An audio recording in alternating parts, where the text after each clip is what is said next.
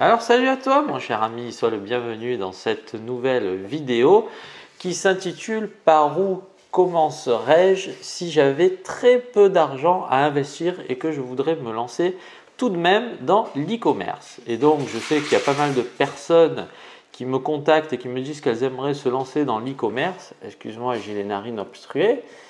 Et en fait, elles ont très peu de budget. Donc les enfants, encore une fois, il faut quand même comprendre que lorsque vous lancez une entreprise, il faut quand même investir un tout petit peu d'argent. Mais il y a des gens qui ont très peu et qui veulent quand même se lancer. Et donc ce message, peut intéresser pas mal de monde, même les gens qui ont plus d'argent.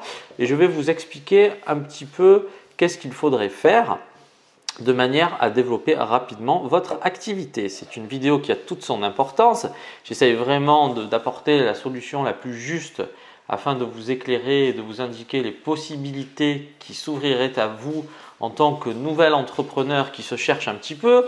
Mais ce que je remarque globalement, c'est que vous êtes trop frileux, vous avez trop peur d'investir et je suis persuadé que si vous revendez tous vos effets personnels, si vous revendez peut-être votre voiture, si vous revendez peut-être une petite maison, etc., je vous garantis que si on analyse réellement tout ce que vous possédez, vous pourriez aller beaucoup plus loin que ce que vous faites aujourd'hui, peut-être ouvrir un crédit à la consommation, parce qu'il faut y croire un minimum quand on se lance. Si c'est juste faire des petites frappes toutes frileuses, il ne va pas se passer grand-chose, mais en l'état, on va supposer que vous avez très peu d'argent et vous voulez quand même rentrer dans le business. Qu'est-ce que je vous conseillerais? Je ne vais pas encore vous faire tourner autour du pot pendant 2 heures, mais je trouve ça sympa de teaser. C'est un petit peu comme à la télé où avant de donner le résultat, il vous raconte plein de choses et on attend et ça devient agaçant. Moi, cette année, peut-être que je vais le faire un peu plus. Ça me fait rire en fait, même si ça ne sert à rien parce que je vais vous donner la solution. Tout simplement, je ferai du retail arbitrage. Alors, j'en ai déjà parlé un petit peu, mais je vais vous réexpliquer quel est l'intérêt de faire cela et pourquoi ça peut être utile quand on a une toute petite somme d'argent.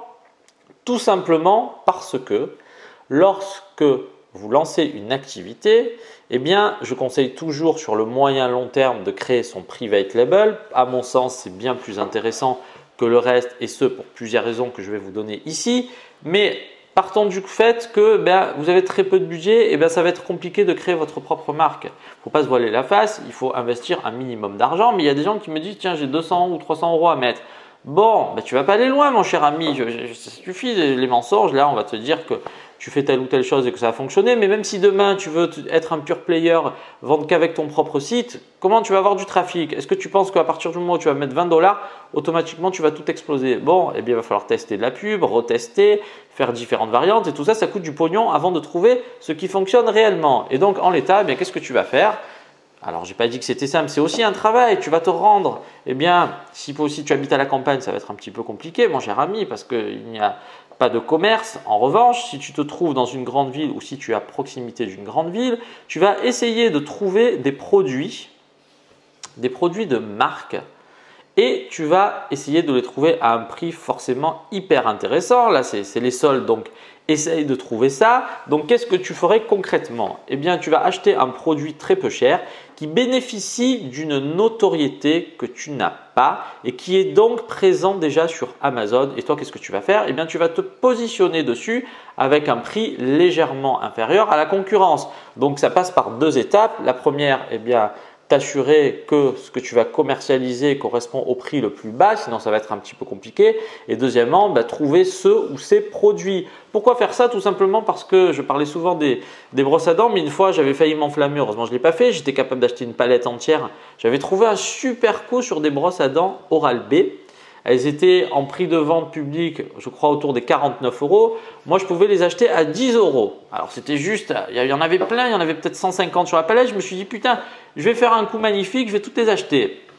Alors, attention, je n'ai pas dit que c'était aussi simple, il faut comprendre une chose, ce n'est pas parce que tu achètes que tu gagnes obligatoirement. C'est un petit peu comme si tu veux, tout le monde te parle des crypto-monnaies aujourd'hui. Les gens pensent tous que c'est la nouvelle embellie du siècle. C'est pas aussi simple que ça, mon cher ami. Alors, on te montre le plus bas, le plus haut. Et si j'avais investi à telle époque, alors j'avais regardé notamment le Ripple, parce que mon cher ami, il y en a là-dedans. J'étudie un petit peu les crypto-monnaies, j'étudie un peu le XRP, le Ripple. J'avais fait un petit calcul. Une personne qui avait suffisamment d'argent et qui mettait 50 000 € il y a 1 an de ça, quand c'est monté autour des 3,50, elle avait un pactole de 35 millions d'euros, mon cher ami. Alors carrément, là, tu te dis, putain, pourquoi je m'emmerde à faire de l'e-commerce? Mais oui, mais d'un autre côté, est-ce que tu aurais réellement déjà mis 50 000 euros? Il faut les avoir, mon cher ami. Et deuxièmement, est-ce que tu aurais vendu pile poil au moment où c'était monté au plus haut? Ben ça, on n'en sait rien. Et encore une fois, chose qu'on ne te précise pas là aussi, c'est un truc qui me passionne un petit peu tout ça.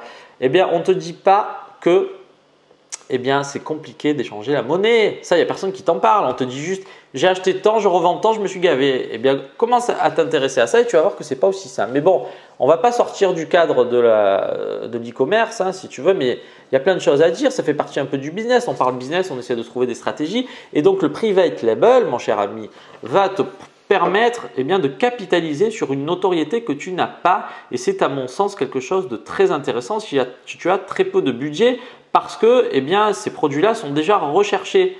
Donc la communication, tu n'as pas à la faire puisque tu te rends bien compte que si tu fais une recherche sur Amazon, tu trouves globalement, moi je trouve tout ce que je cherche sur Amazon. Très sincèrement, à part un produit bien spécifique, tu trouves toujours le produit en vente sur Amazon. Donc en l'état, si tu penses qu'il y a un coup à faire, il faut que tu prennes ton téléphone portable, tu regardes en temps réel qu'on va se vendre ce produit et tu achètes peut-être une ou deux unités et tu essayes de faire ton gamble. Et comme ça, de cette manière, lorsque tu récoltes un petit peu d'argent, là, tu vas peut-être pouvoir commencer à t'intéresser au private label, mon cher ami. Voilà, c'est ce que je voulais te dire dans cette vidéo. Concentre-toi sur ce que tu peux faire. Essaye quand même d'aller plus loin. Encore une fois, vous n'avez pas assez d'argent pour vous lancer. Bon, je ne suis pas d'accord avec ça. Est-ce que tu serais prêt à faire des ménages? Ben ouais, c'est un métier ingrat, ça plaît à personne, moi je le fais pas, machin bidule. Eh bien, si tu faisais quelques heures de ménage par semaine, tu aurais plus à investir, seulement personne ne veut le faire. Est-ce que tu serais prêt à porter des cartons? Est-ce que tu serais prêt peut-être à laver les vitres? Je te parle de métiers, ce n'est pas forcément des métiers hyper intéressants, mon cher ami. Mais ne me dites pas qu'il n'y a pas de travail. Est-ce que tu ne serais pas prêt à faire la plonge dans un restaurant? Est-ce que tu ne serais pas prêt à faire serveur? Est-ce que tu ne serais pas prêt à aider peut-être à faire des petits travaux là, de peinture, de bricolage. Il y a plein de choses à faire. Seulement, vous ne voulez pas vous mouiller, vous voulez juste rester assis comme ça derrière votre bureau et attendre que ça se passe. Eh bien, quand on n'a pas d'argent, il faut commencer par le bas pour peut-être après essayer de grandir.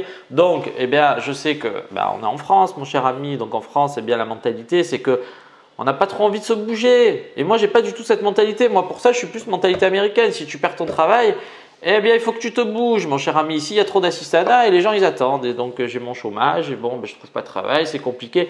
Bouge-toi, mon cher ami. Il y en a plein du travail, c'est pas vrai. Seulement, vous voulez faire que des choses juste qui ne sont pas salissantes, qui ne sont pas fatigantes.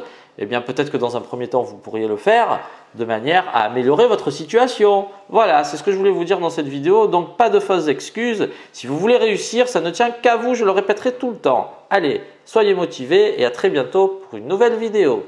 Tchuss! Ding, ding, ding.